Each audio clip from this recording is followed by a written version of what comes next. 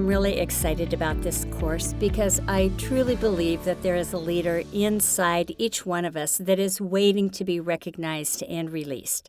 This course is filled with many different kinds of individuals because it is offered both as part of a program and also as an elective. So there's a real variety in backgrounds and in majors, and I truly believe that no one is here by chance.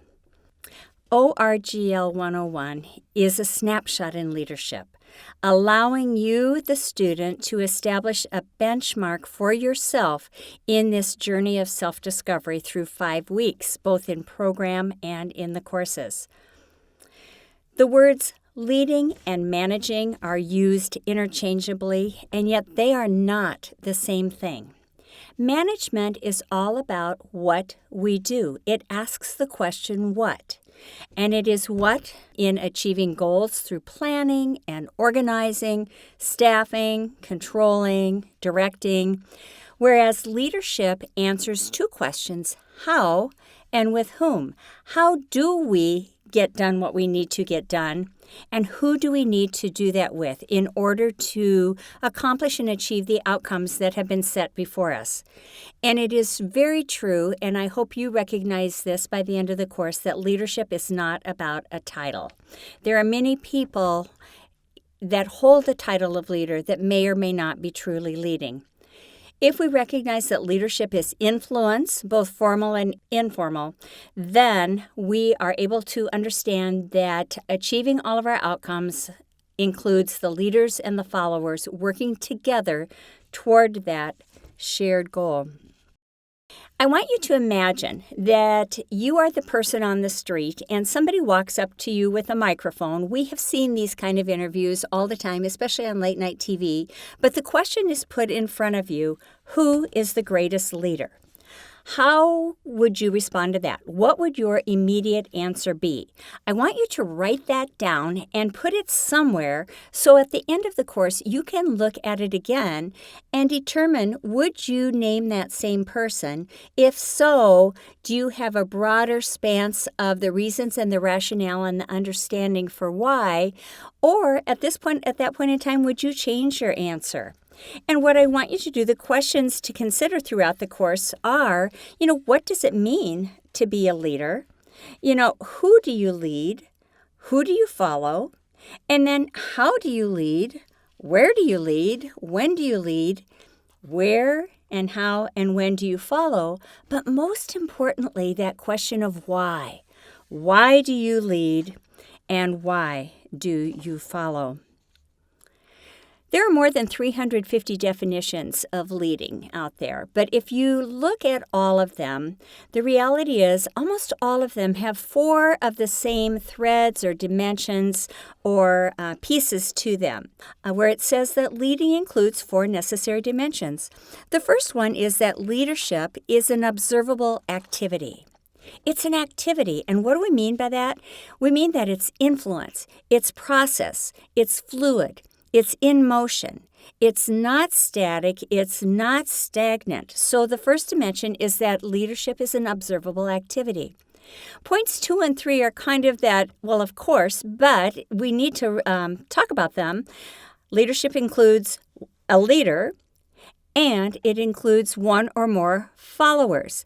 But I think it is that particular point that some leaders tend to forget. It's been said that if you think you are a leader, turn around to see if anyone is following. Because if they're not, you're just out taking a walk. And then the 4th point under there is that leadership includes a shared goal.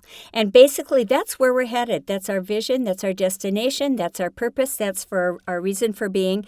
But it has to be established so that we know what it's all about. The definitions on your sheet.